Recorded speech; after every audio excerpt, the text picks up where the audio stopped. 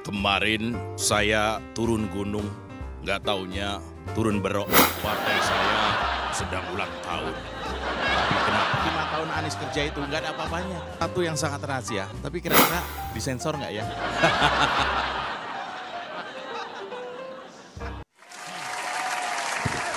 Oke, thank you. Ketemu lagi ya. Aduh, nggak habis-habis ngomongin Partai Nasdem nih.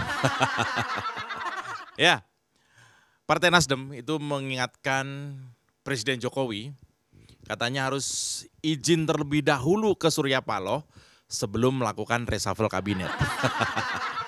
Ini kan lagi seru nih soal masalah reshuffle nih ya. Partai mana yang bakal disikat oleh Presiden Jokowi. Nah, Nasdem tuh komentar, kira-kira begitulah. Ada orang penting ya Nasdem, itu ngomong kira-kira bahasa sederhananya adalah kalau Jokowi mau reshuffle menterinya Nasdem itu harus lapor dulu ke Surya Paloh. Ini yang ngomong pengurus Partai Nasdem senior loh ya. Ketua DPP Partai Nasdem. Bukan kaleng-kaleng, namanya Effendi Khoiri atau Gus Coy. Nasdem ini kenapa jadi begini ya setelah lengket sama Anies? Kok sepertinya makin ngaco. Ketua DPP Partai Nasdem ini bilang kalau Jokowi itu bukan raja katanya. Lagian siapa juga yang bilang raja? Mungkin di Nasdem itu mungkin Surya Paloh dianggap raja. Itu sih nggak masalah. Tapi kalau Presiden Jokowi harus izin dulu ke Ketua Partai Nasdem, itu sama aja Effendi Khoiri ini nggak paham dengan tatanan negara. Lagian yang bilang Jokowi itu raja juga siapa? Yang mewajibkan Presiden matur dulu, lapor dulu ke Nasdem sebelum reshuffle, itu juga aturan dari mana? Jokowi memang bukan raja, apalagi Effendi Khoiri. Apa karena udah kebawa semangatnya Anies untuk melawan Jokowi itu membuat Effendi Khoiri ini lupa bahwa negara ini bukan berbentuk kerajaan. Jadi Pak Jokowi bukan raja karena negara berbentuk republik Indonesia. Jadi dipimpin oleh seorang presiden dan wakilnya.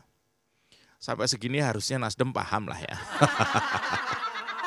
Ya, kemarin viral pernyataan senior Nasdem yang biasa dipanggil Gus Coy, yaitu Effendi Khoiri sebagai ketua DPP Partai Nasdem, meminta Jokowi untuk menghormati partainya. Meminta Presiden Joko Widodo untuk menghormati Partai Nasdem yang telah membantu pemenangan di Pilpres 2014 maupun 2019.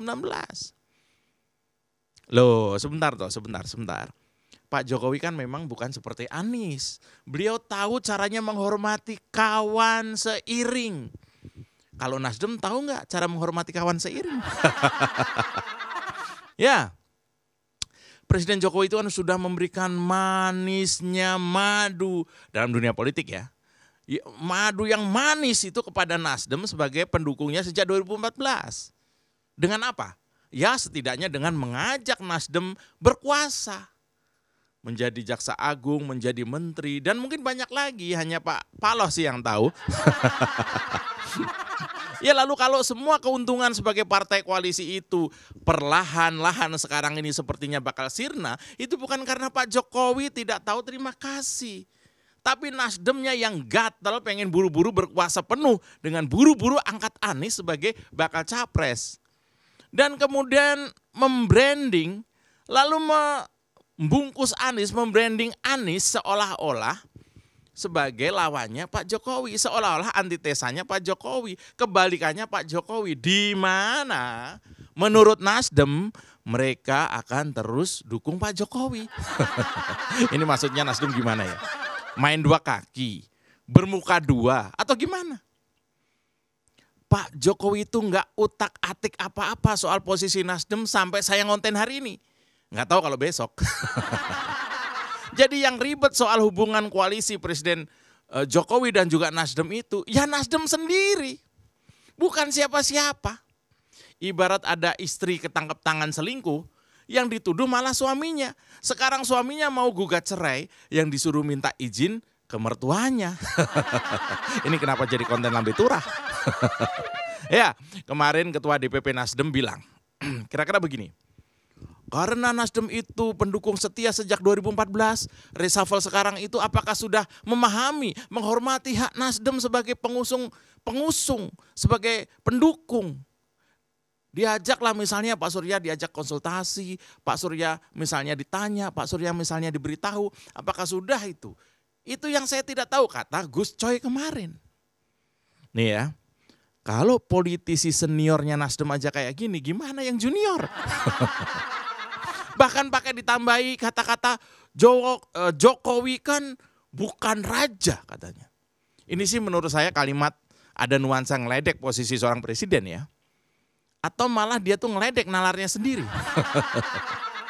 Jokowi memang bukan raja, tapi presiden. Jadi kalau soal pergantian menteri, ya suka-suka Jokowi dong mau ganti pembantunya dengan siapa. Apakah virus Anies di Nasdem bikin seorang Effendi Khoiri yang dulu saya kenal cukup brilian sebagai politisi, jadi agak-agak geser. Ya memang Pak Jokowi bukan raja, wong ini bukan kerajaan. Tapi ini negara berbentuk republik. Dan Pak Jokowi itu presiden negara yang berdaulat penuh. Soal mencari siapa yang dipercaya dan tidak dipercaya lagi sebagai menteri, yaitu kewenangan mutlak seorang presiden. Ketua parpol dia terima jadi saja. Pak Jokowi bukan raja. Tapi percayalah, setidaknya 7 dari 10 orang Indonesia saat ini, di sisa 2 tahun Pak Jokowi menjabat, kami semua mengasihi dan mempercayai Pak Jokowi mengurus negara ini dengan baik. Pak Jokowi bukan raja, tapi dia memperlakukan rakyatnya bak raja. Bukan seperti Nasdem yang memperlakukan pelaku politik identitas seperti raja. Sementara memperlakukan Jokowi yang turut membesarkan partai Nasdem karena efek ekor jas itu seolah musuh besarnya.